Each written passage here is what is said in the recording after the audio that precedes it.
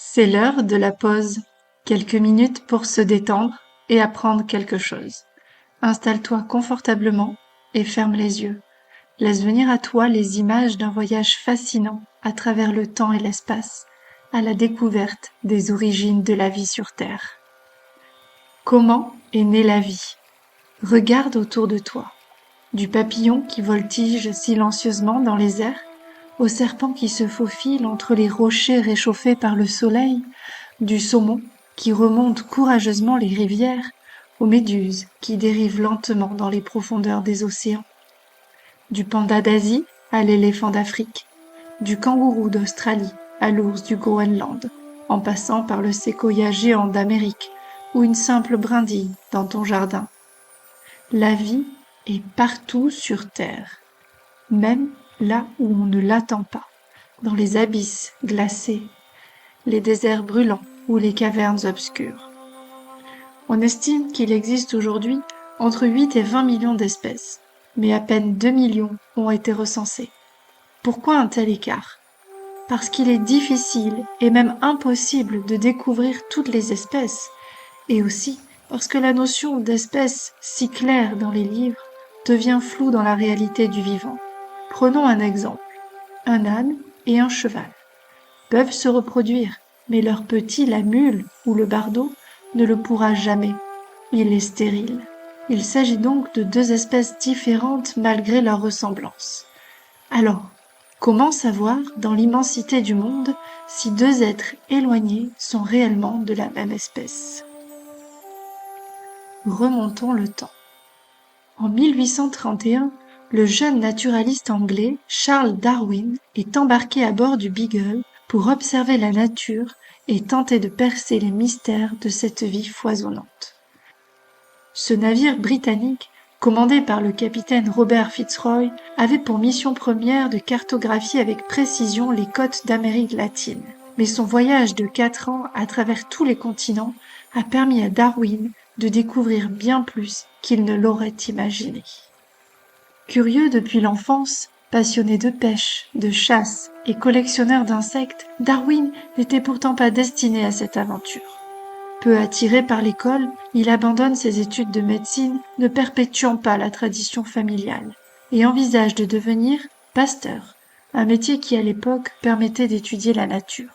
Il ne deviendra pourtant jamais homme d'église, mais ce choix lui permet d'acquérir de solides connaissances en géologie, botanique et zoologie.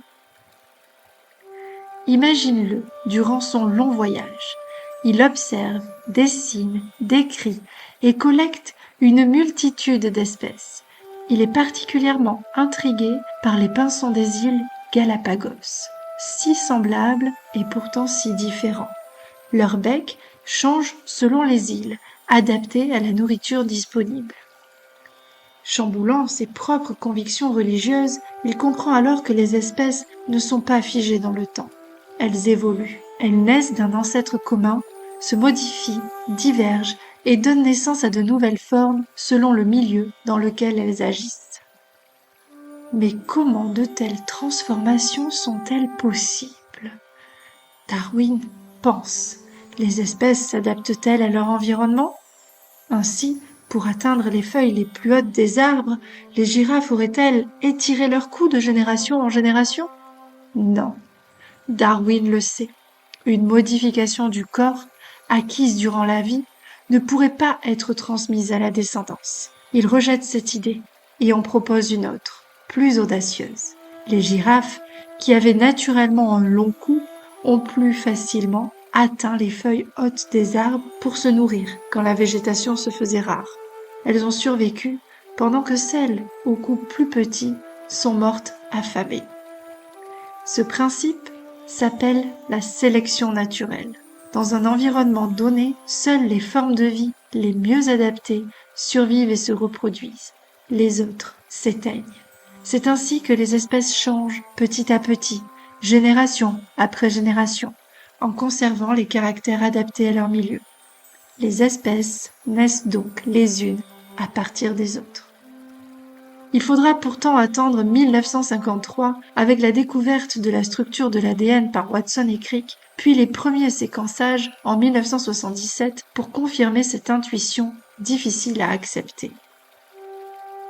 Imagine, l'ADN, cette formidable molécule en forme de double hélice torsadée et entrelacée, porte le langage universel de la vie, un code identique partagé par tous les êtres vivants, du plus petit microbe à l'être humain, une preuve irréfutable que la vie a une origine commune. Ainsi, nous partageons 7% de nos gènes avec une bactérie, 36% avec une mouche, 85% avec un poisson, 90% avec une souris, et même 98,8% avec le chimpanzé, faisant de ce dernier notre plus proche cousin. Nous avons donc avec lui un ancêtre commun qui a donné naissance à deux branches différentes.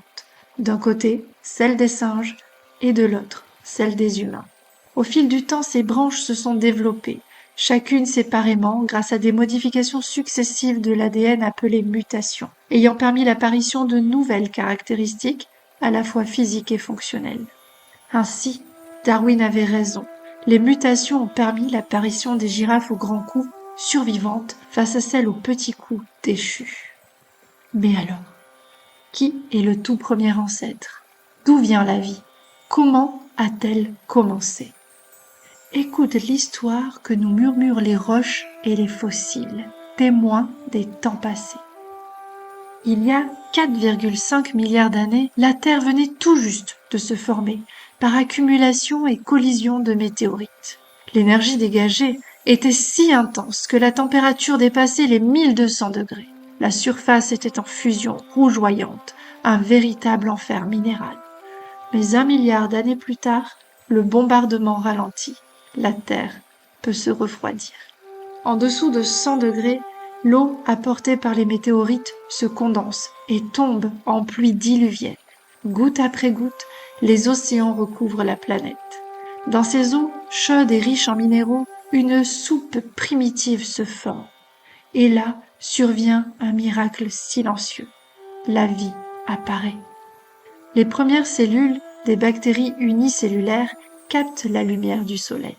Grâce à un processus appelé photosynthèse, elles produisent leur propre nourriture et rejettent du dioxygène. Petit à petit, ce gaz s'accumule dans l'eau, puis dans l'air. Il finit par former une couche d'ozone, bouclier protecteur contre les rayons dangereux du soleil. Alors la vie peut s'épanouir. Il y a plus de 500 millions d'années, imagine alors les océans qui grouillent de formes fantastiques et étrangement belles ou inquiétantes. Puis un jour, la vie ose franchir une frontière. Elle sort de l'eau et colonise enfin la terre ferme jusque-là désertique. Pour survivre, elle invente des solutions, s'adapte, évolue, se diversifie sans cesse. Pourtant, à plusieurs reprises, l'équilibre est brisé. 5 grandes crises biologiques provoquent des extinctions de masse, anéantissant des groupes et des espèces entières, comme les dinosaures, disparus il y a 65 millions d'années. Mais la vie ne renonce jamais. Elle renaît, toujours à partir des formes restantes. C'est ainsi que les mammifères se développent. Et il y a 300 000 ans, notre espèce Homo sapiens fait ses premiers pas à la conquête du monde. C'est donc de cette rencontre entre le hasard et la nécessité, entre les mutations et les sélections, que le monde vivant que tu connais aujourd'hui a vu le jour. Admire sa beauté, écoute son histoire, respire son souffle. Quand tu ouvriras les yeux, regarde autour de toi.